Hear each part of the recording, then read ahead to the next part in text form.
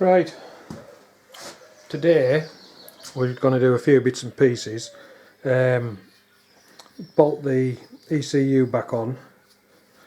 Rear foot pegs can go back on for now. I've been looking for a new set of rear foot pegs that sort of match the front, but I haven't found any yet, so I'm just going to bolt the old ones back on for now. On the last video we refitted the tank, and I'll just turn this screen because I don't know what you can see. And I never put this rear mount bolt on.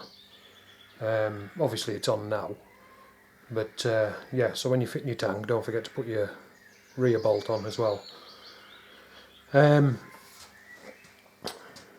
Now on the also what we'll be doing, we'll be bleeding the brakes. I'm going to do the back brake first, because to do the front brake I'm going to have to take the bike off the stand, off the ramp should I say, so that I can lean it over and turn the wheels to one side because of the reservoir. As it is at the minute, I'll get out in the reservoir, so we'll sort that later. But for now we'll just get cracked on with this bit. Now, as anyone who's watched these videos will know, my ECU, because it's a different back end than standard, my ECU fits on upside down, which isn't an issue, it's not a major issue, but I can see lines on here where it's been pressing into the paint. So what I'm going to do is, I've had a bit of a measure up, and I'm going to put a couple of spring washers on the studs that are sticking out for it. You have to go all the way down. Paint on the bottom part of these studs, and then obviously a normal washer. Now I need just over 1/4 inch of clearance, so I'll just grab a tape. Just had it a second ago as well. There we go.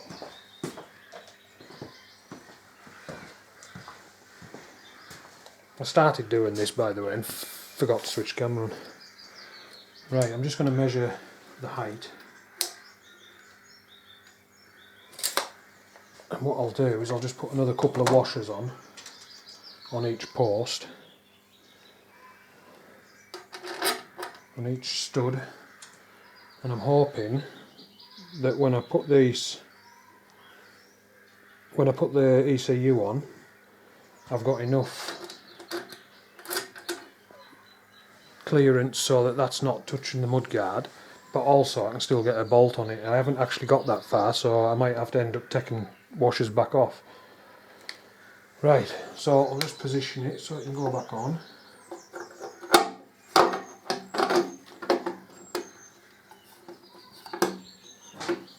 And I seem to have plenty of space, but I'm just going to look in from the other side. In fact, I'm going to get a ruler.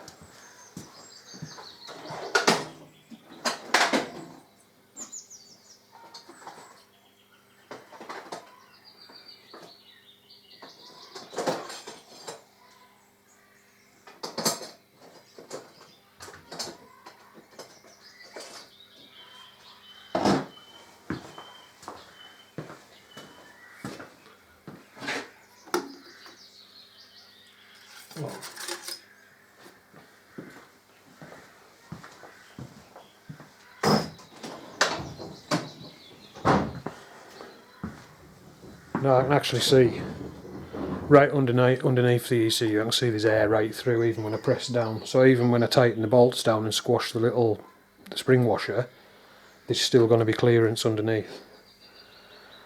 So I'll grab some blue Loctite.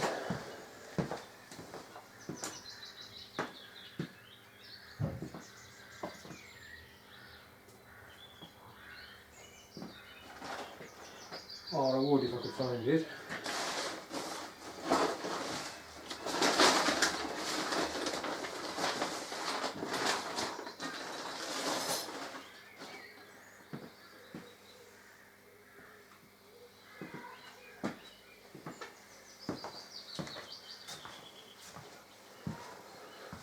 Right, I'm just going to knock you off for a sec because I can't find my Loctite. I'm back in a minute. Right, back again, found it. Right, I'm just going to put a drop of Loctite on the top of these studs.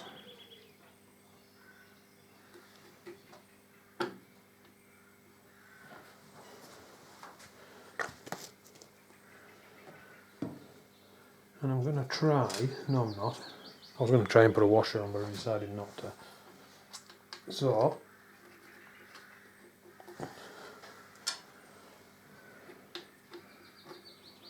two nuts on, and then we'll pull her down.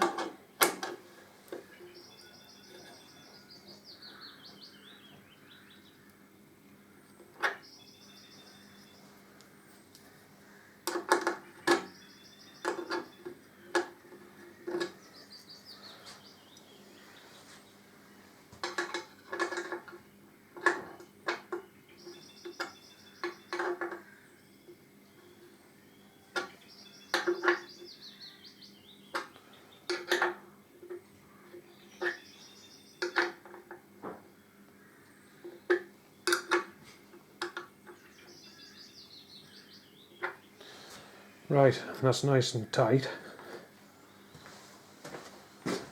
Check from the other side. And I'm getting, there's a gap right through, I can see right through, so that's not actually touching the mudguard now apart from where it's bolted on. So it'll just allow air to flow through it better and plus extra vibration off, because that bit of mudguard, it's got a bit of slight bit of movement in it. If it's vibrating and it's sitting on that, it's not going to do it the world of good, is it? So now that that's on and tight, I've got naught left to do under there. I might just put the seat back on.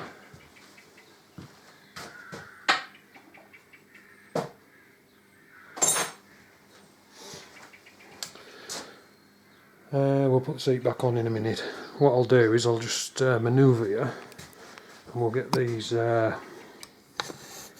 foot pegs put back on.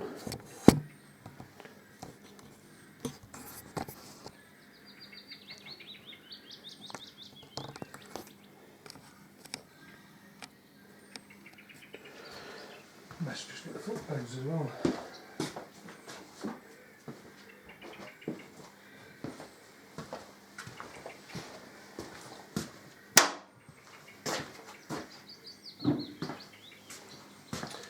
Right, pretty straightforward job this.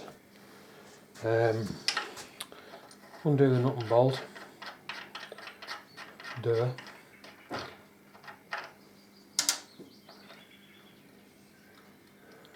I'm looking at you a bit here.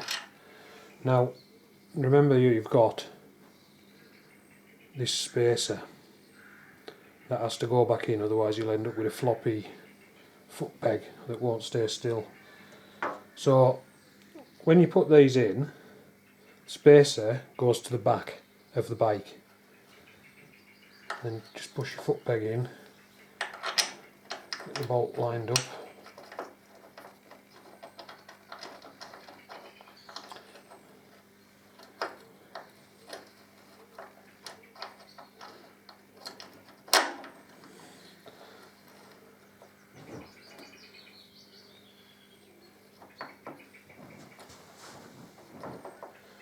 I'll just get a pokey thing. Just the spacers just drop back slightly, stopping the bolt coming through. That's it. Yeah, as I say, spacer goes in at the back side of the foot peg. Because if you didn't have it in, that's what your peg would be like all the time. And because of the thickness of it, it's probably about 1.5 mm thick. You wouldn't be able to clamp it in enough to pull that in to make it nice and snug. So, get your bolt. Nut, sorry.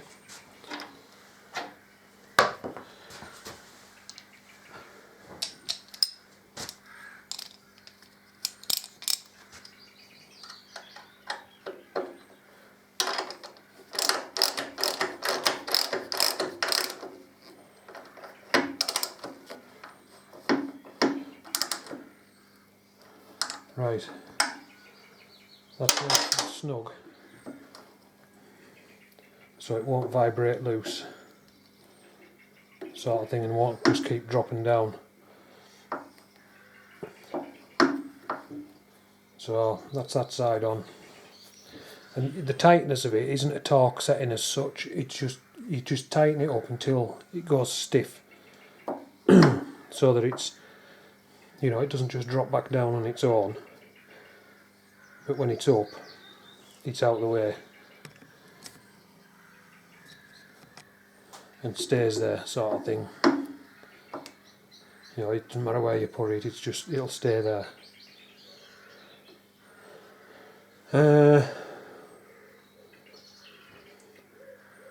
Now then, sort it. I'll put the seat on next. I'm just going to knock you off, put you in a different position, we'll get the seat on, and then we'll move around to the other side, put the other foot peg on, and then we'll start looking at bleeding this rear brake up. And as I say, I'm going to use that the new vacuum bleeding system that I've got. Now, I've actually used it on my girlfriend's car. She needed new discs and pads all round, and I decided to do a brake flush, fluid flush as well, so it's all been replenished right through. And that kit I've bought worked a treat, it was absolutely spot on.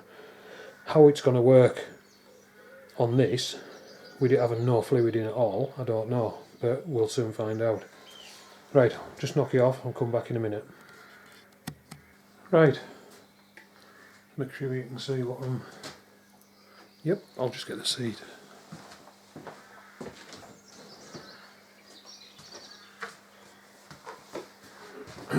Right, the seat has a tang on the front that just goes in a hole under the tank.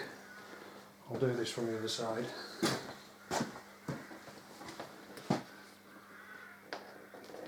That just slides under, sits itself in place, and then goes over a little hole here, which what I'll do is I'll zoom you down, I'll move you should I say, and then zoom you down so you can see.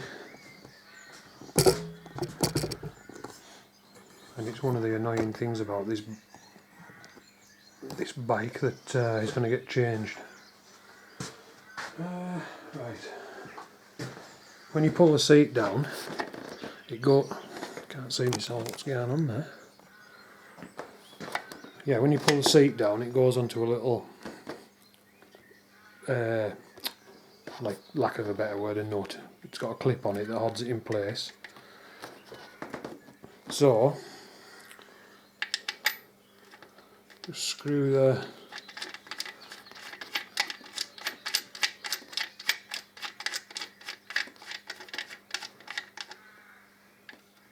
try and keep that washer separate. For some reason this won't go fully tight, so I had to put a washer on.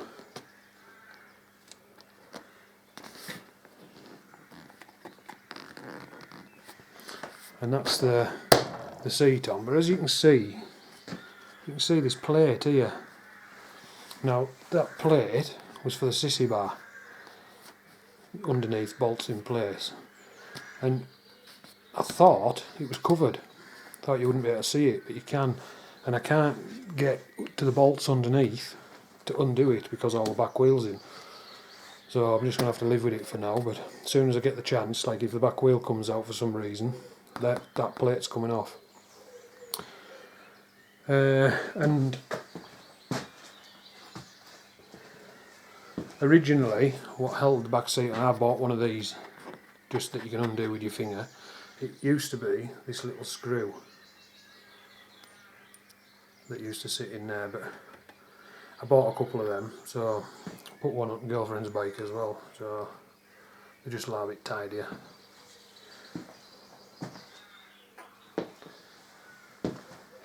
Right, I'll knock you off again, we'll get round the other side, we're going to put this rear foot peg on and then we'll start getting set up to do these brakes. Right, we'll be back in a minute. Right, this is pretty much exactly the same as the other side. You've got the little spacer plate, foot peg, the flat you'll see shape of that obviously. It's curved on one end and flat at the other, so that the flat bit goes in towards the swing arm so that your foot peg sits. Get the foot peg in the same shape, so when you put it on, the plate is, the flat bit is level with the end of the peg. So get that in position.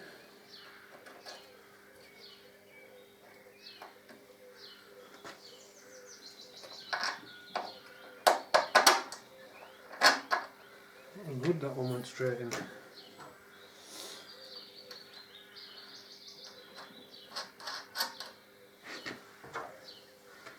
What I'll do here, I'll stick that out of the way so I can come up from underneath and not block your view as much.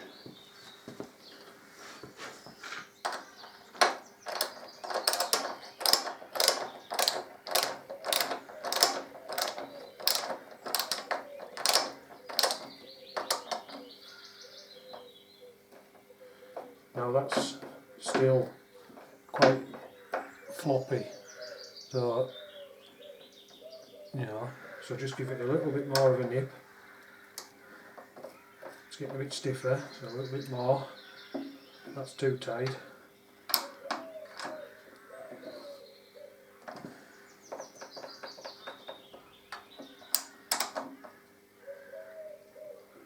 Yeah, that's better.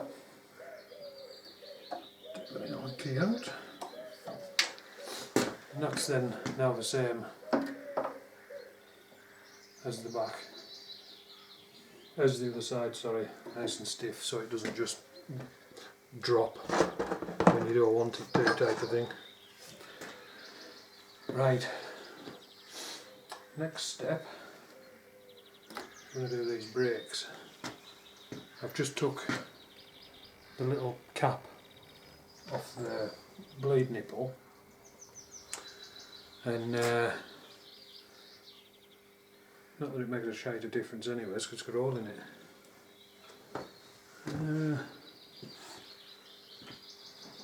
Right, I'll knock you off for a minute. I'll get you set up in a better sort of position so you can see better, and then we'll get set to and start this bleeding of the rear brake. Right, we're back soon. Right, what we've got here, I'll zoom in on that a bit. Off camera I removed the bleed screw. I'll just zoom back in a touch. Removed the bleed screw and I've put some waterproof grease on the threads. Two reasons.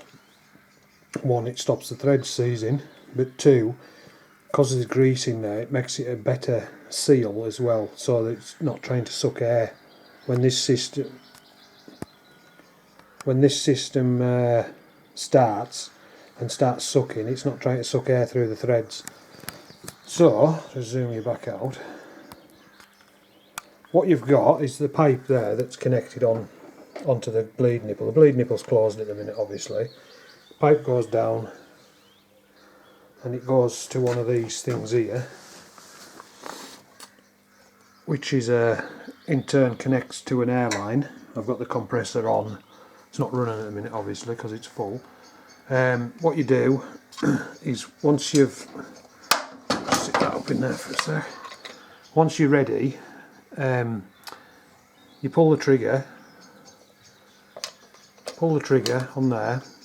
You can lock the trigger on with that, which then starts sucking. Get your spanner on, open your bleed nipple up, and then it creates a vacuum in here with the air spraying out through the top, which then sucks the fluid out into that pot. And at the other end, which I've got set up, and I'm hoping this will work, there's new 5.1 fluid it is, in there, and it sits into there, and I haven't switched it on yet. Now this is where you might have a bit of a laugh, because if this fails I'm going to be getting fucking brake fluid everywhere. You turn, not that way obviously, no, it should turn that way. This isn't very secure, as you can see. I've got a rag behind it to hold it in place and a cable tie just so it doesn't fall over. They're not designed to do these type of reservoirs, they're designed to go in cars. So there you go. Right, you can see there, the fluid's filling. Let's get that up some more. When it gets to a certain level, you can hear it glugging in.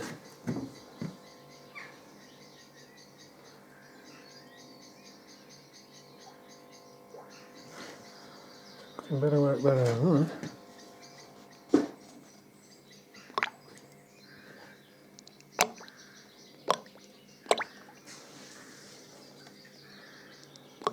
When the fluid gets to a certain level, the idea is it stops flowing, because the fluid reaches the bottom of that screw bit. As you can see in there, it reaches the bottom of that screw bit and it can't suck air up to drain itself out. So just give that a little bit of a squeeze and get some more. It'll probably suck it back in. Yeah, I thought it might. So there's now fluid in there, so if I was to, as you can see the bubbles coming up there.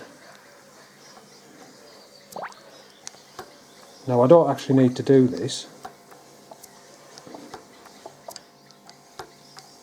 but you could also see there, to see, alter that.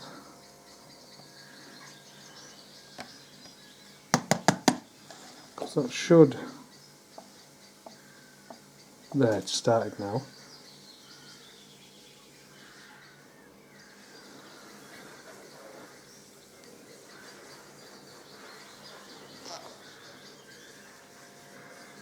When I start, I'll just have to keep an eye on that. In the car, that worked absolutely perfectly. As the fluid was draining out, it just released the fluid. And it's upright, so it should be working fine. Right, I'm going to knock you off a sec. I'm going to put you back on the tripod, and then we'll get this set up and we'll give it a blast and see how it goes. I'll be back in a sec. Right. I'm going to set this thing off. It'll be quite loud because it will just be pissing air out. The compressor might kick in. Well, there's no might about it, the compressor will kick in. Once it sets off, and I've got the trigger open, I'll then crack the bleed nipple and it'll start sucking fluid through from the reservoir. So we'll see how it goes, see if this is going to be a big failure. As I say, it worked well with the car. Right, so here goes.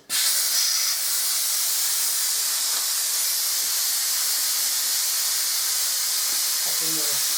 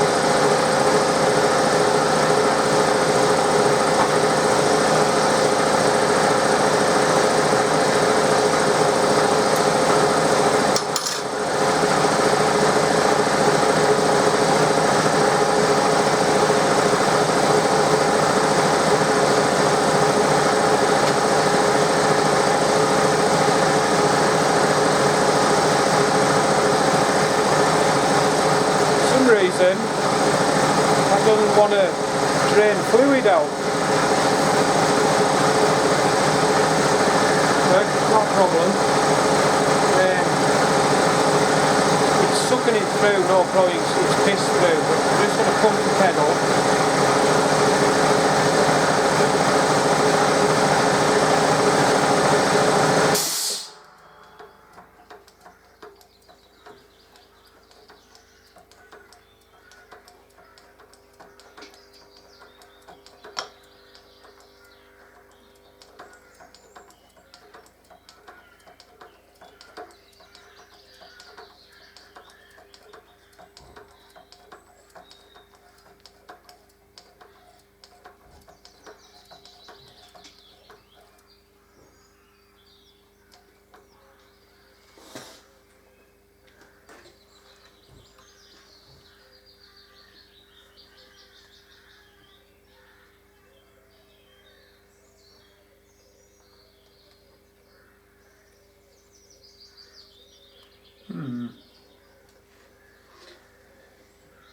I may need an assistance for this.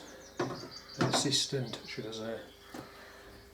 Right, I'm just going to knock you off a minute because I'm going to get girlfriend in. She can squeeze this bottle to make sure that reservoir stays full.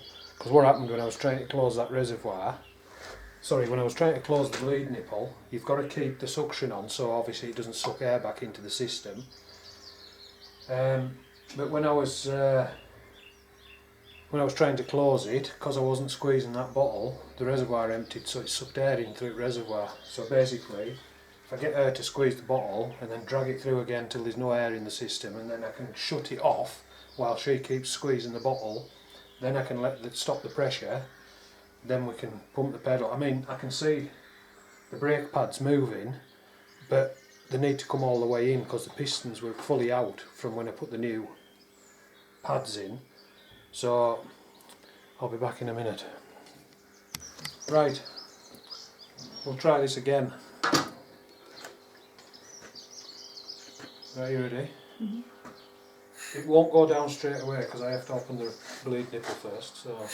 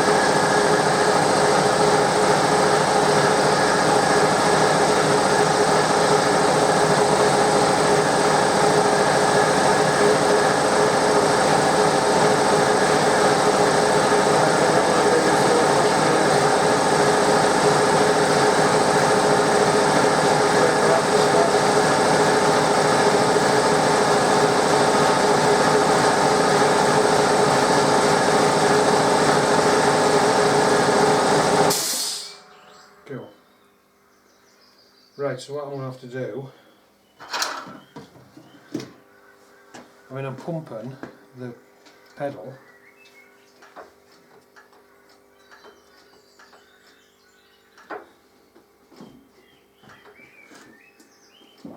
Well, it's done, just seems to be releasing a lot. That's locking that up and it's not travelling full. There's no bubbles coming back up out the reservoir.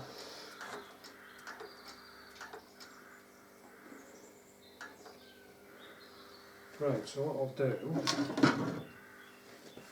I'll just give that another little blast. Ready?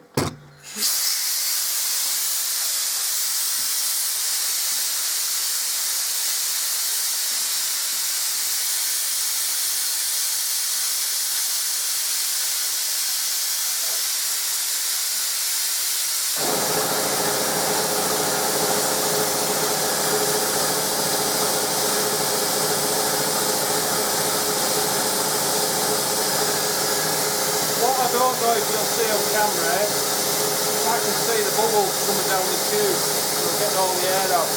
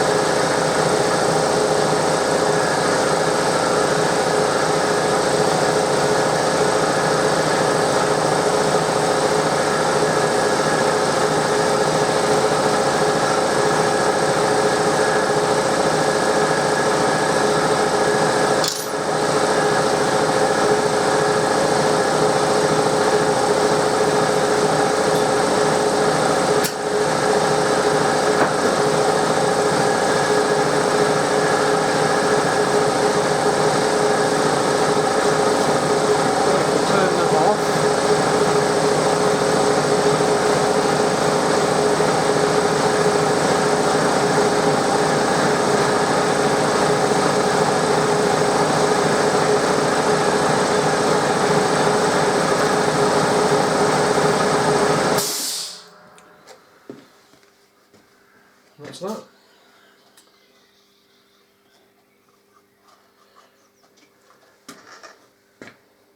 Right, I'll knock you off for a minute. Right, that didn't go 100% to plan. The bottle, for some reason, wouldn't feed like it does in the car. Now, whether it's because there's a bigger, and it's maybe, I don't know if it's causing a vacuum in the car. It's open, so it shouldn't be causing a vacuum. Or whether it's just different fluid, I don't know. But obviously, I got girlfriend in to squeeze the bottle. Put the system on. I mean, it drew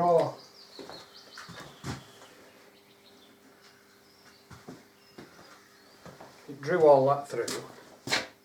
That was empty, so it's drawn all that through the system, and through this tube I can see, I don't think you're going to be able to see, I won't know till I've got the computer, but I could see what was coming through the tube, as in air bubble wise, and it got to the point where there was nothing, it was just clear liquid coming through. So that's when I locked it off and finished.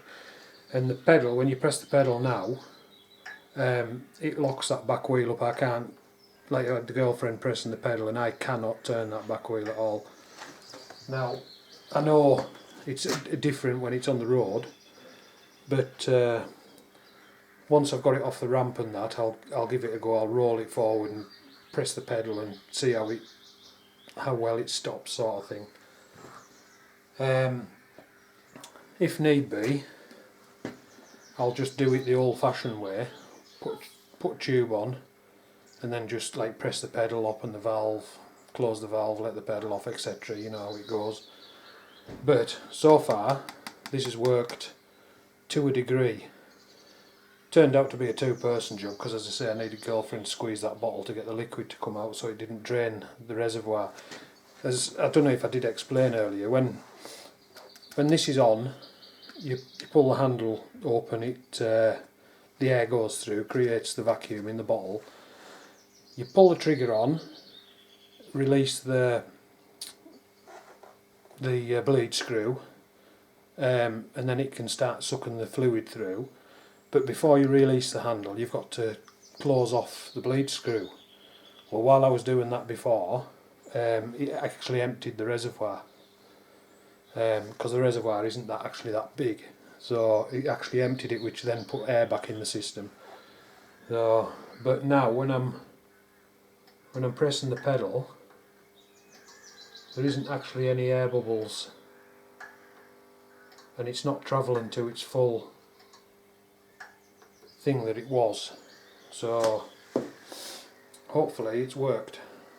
But what I'll do now is I'll put the cap back on, just so that it doesn't get excess air getting into it, because you're not meant to leave your reservoirs open for too long. So I'll just knock you off for a minute. I'll put the cap back on and then we'll come back. Right, I've tightened the strap up, put another strap on the other side, and I've jacked the back up. And now I'm just going to take these blocks of wood out.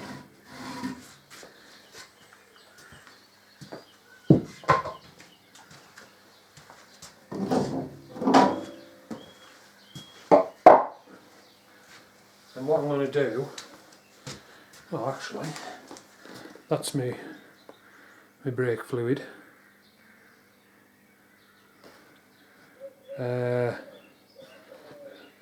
Dot 5.1. So let's get that out of the way. What I'm going to do is let the ramp down. I'll put that stand back up.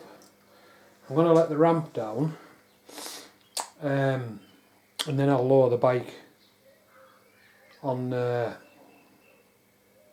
back onto its wheels, sort of thing, on the ramp, and then we'll look at untying it and getting it out.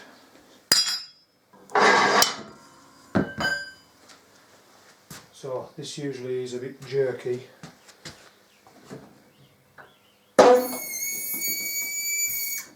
Just stop and just double check that I've got nout underneath the ramp. Make sure my strap's not going to catch.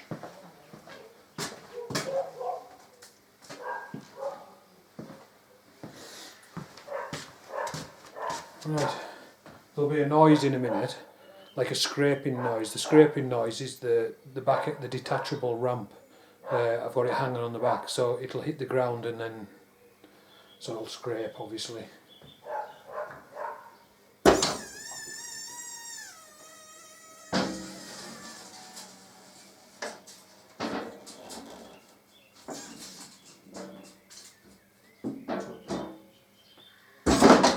Oh.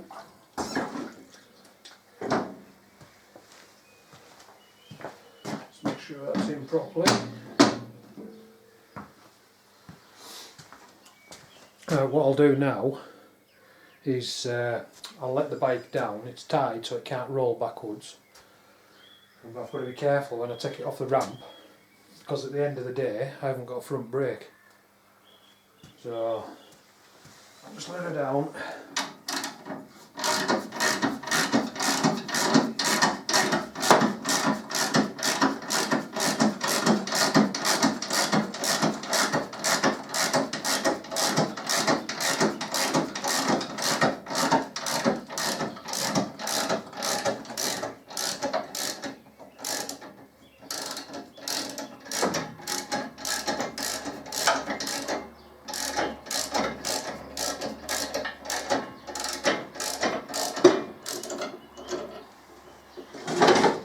Pull the little lift off.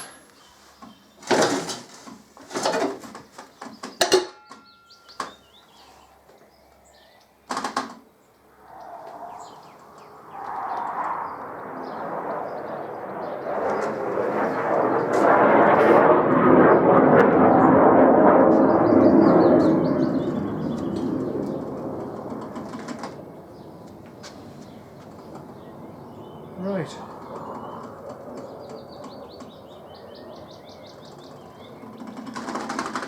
I don't like the way it's leaning. The only thing with this table is you can't put your stand down. So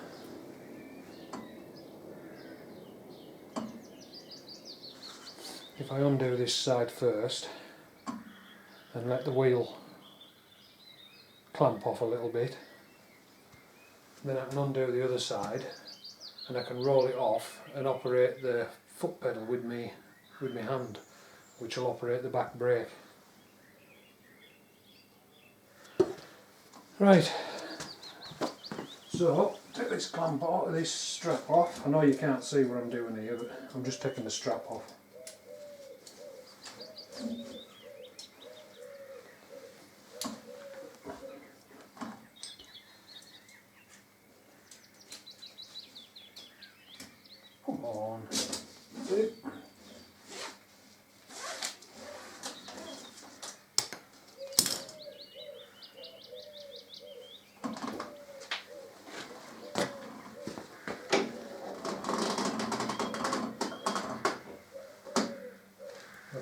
to tighten the clamp up on the front wheel.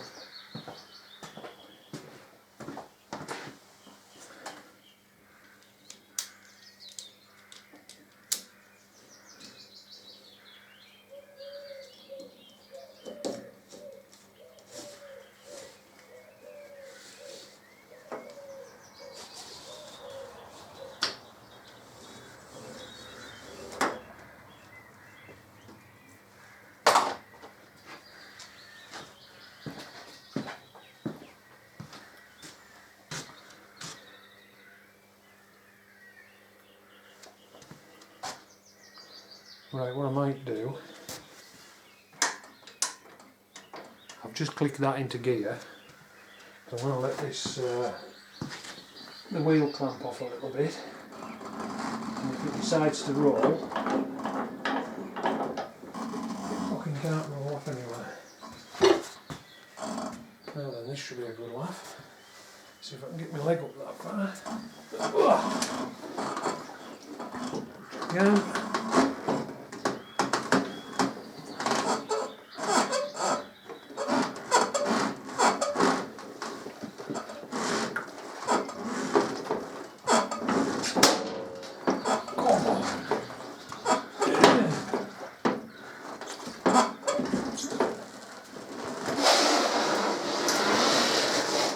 Well, the back brake works.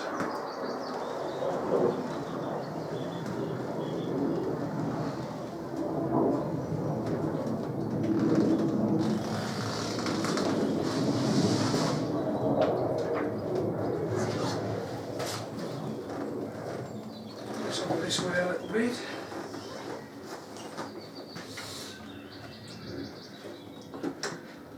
Stand down.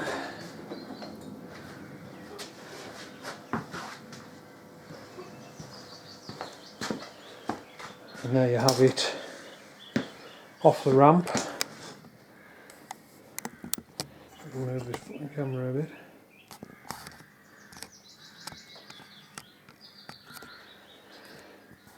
So, that was an ordeal.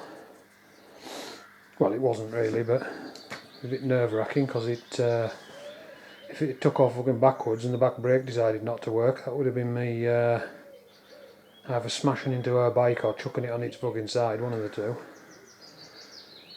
Right, I'm just going to knock you off for 5 and we'll come back and start getting on with something else.